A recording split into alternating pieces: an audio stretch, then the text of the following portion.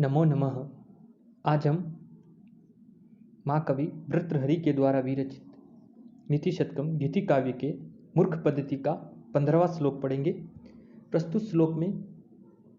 महाकवि भर्तृहरि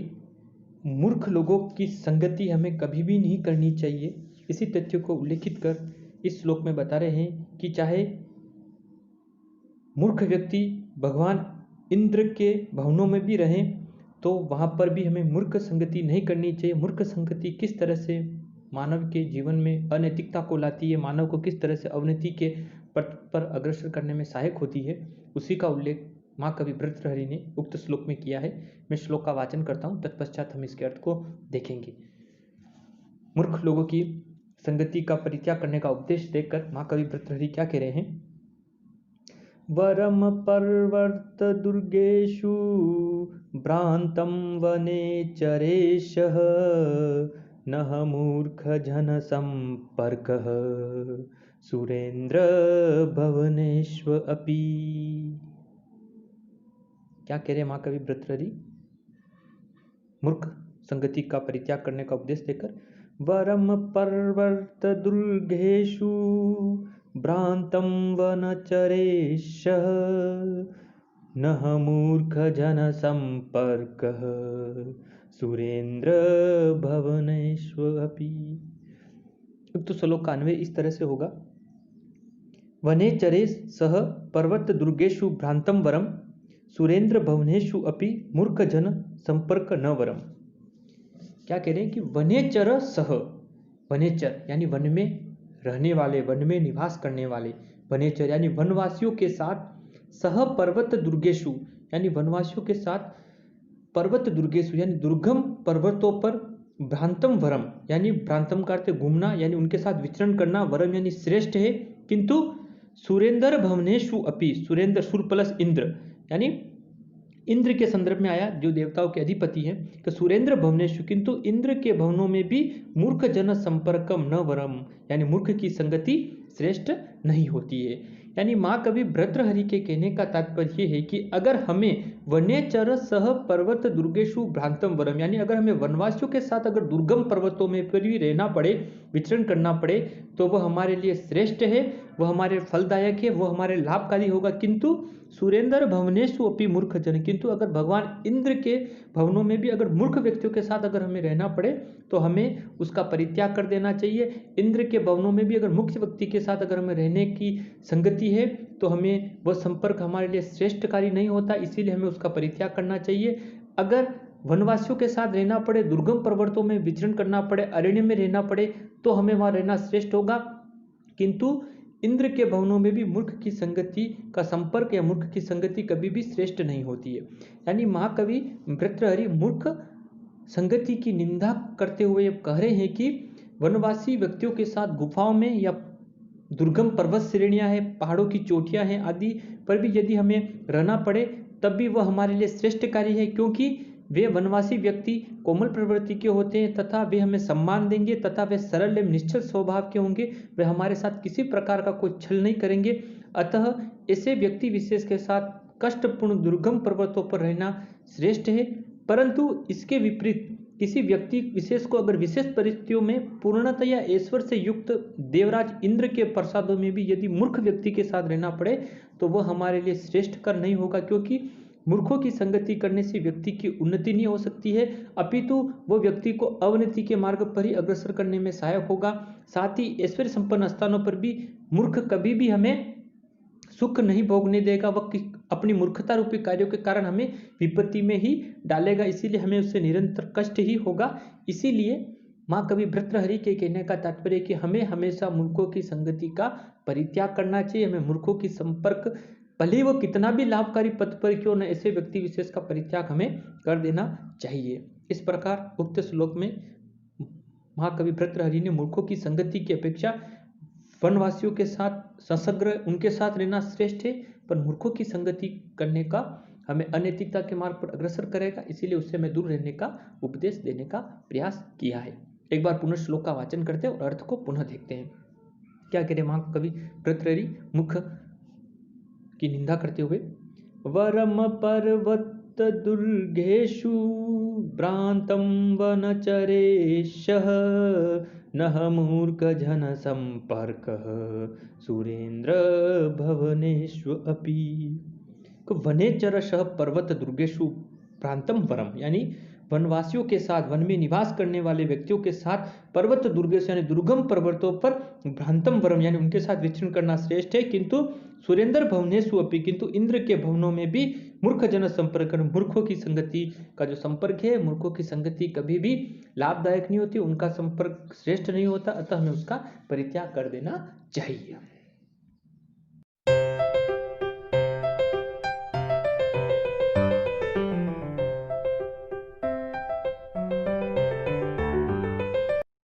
सर्वेभ्य नमो नमः। आज हम महाकवि भर्तृहरि के द्वारा विरचित गीति काव्य नीति शतकम के अंतर्गत अब हम मूर्ख पद्धति के पश्चात विद्वत पद्धति को पढ़ेंगे और इस विद्वत पद्धति में श्लोक नंबर 16 का आज हम अध्ययन करेंगे। अब महाकवि भर्तृहरि विद्वान व्यक्तियों के संदर्भ में बताते हैं कि जो विद्वत व्यक्ति होते हैं उनकी क्या विशेषता है, किस तरह से वे व्यक्ति विशेष को उन्नति के मार्ग पर अग्रसर करने में सहायक होते हैं। इस वाले श्लोक में महाकवि भर्तृहरि इस तथ्य को प्रतिपादित कर रहे हैं कि अगर कोई राजन विद्वान व्यक्तियों का या विद्वत व्यक्तियों का अनादर करता है, उनका सम्मान नहीं करता है, तो उस राजा की ही मूर्खता का परिचायक है। उक्त श्लोक में कवि विरोधाभास अलंकार और काव्यलिंग अलंकार की छटा को उल्लेखित कर बता रहा है कि अगर कोई कवि राजा के राज्य में रहता हुआ धन के बिना भी वह विद्वत व्यक्ति धनवान होता है, परंतु वह राजा व्यक्ति की मूर्खता का ही परिचायक है, जिस व्यक्ति ने मणियों के मूल्य को घटा दिया है, तो उसी का उल्लेख महाकवि भर्तृहरि ने उक्त श्लोक में किया है। मैं श्लोक का वाचन करता हूँ, तत्पश्चात हम इसके अर्थ को देखेंगे। महाकवि भर्तृहरि विद्वान व्यक्ति विशेष के विशेषताओं को उल्लेखित कर क्या कह रहे हैं। शास्त्रो उपस्कृत शब्द सुंदर गिरिह शिष्य प्रदेय आगमा विख्याता कवयो वसंती विषये यस्य प्रभो निर्धना तत्जाड्यं वसुधा अधिपश्य कवयः त्व अर्थ विना अपि ईश्वरा कुत्सया सयुकु परीक्षिका हि मणियो येरग्रतः पातिता। उक्त श्लोक का अन्वय इस तरह से होगा। यस्य प्रभो विषय शास्त्र उपस्कृतः शब्द सुंदर गिरः शिष्य प्रधेय आगमाः विख्याताः कवयः निर्धना वसन्ति तत् वसुधा अधिपश्य जाड्यं कवय तु अर्थ विना अपि ईश्वराः ये मणयः अर्गित पातिताः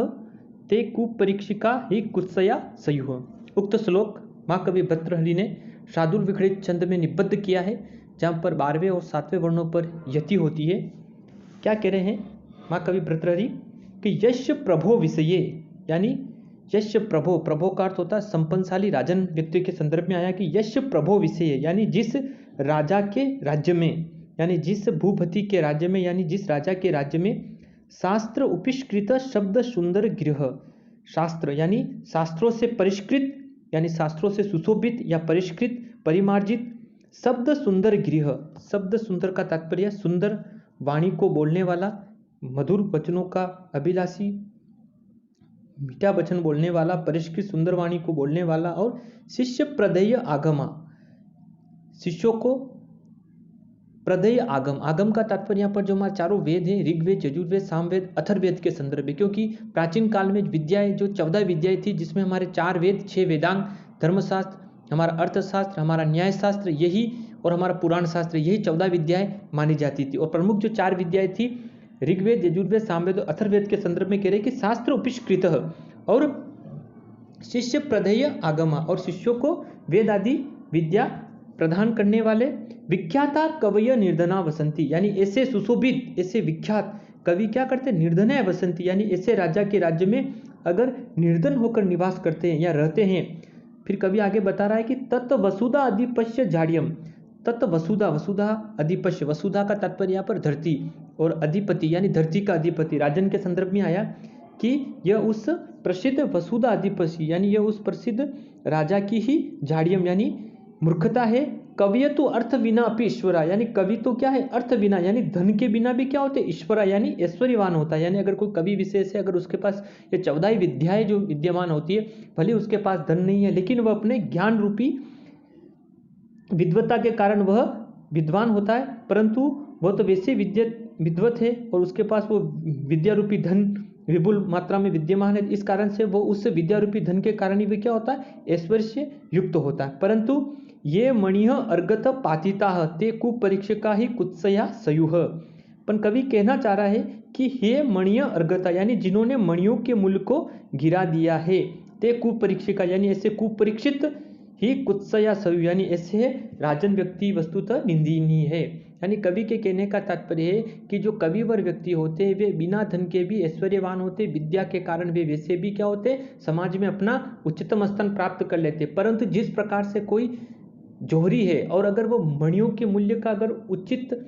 मूल्य का आंकलन नहीं कर पाता है तो वह उस जोहरी की ही निंदनता है, वो उसी की निंदा का पात्र होगा कि उसने क्या किया, मणियों के मूल्य का सही आंकलन नहीं कर पाया और उसका सही कीमत को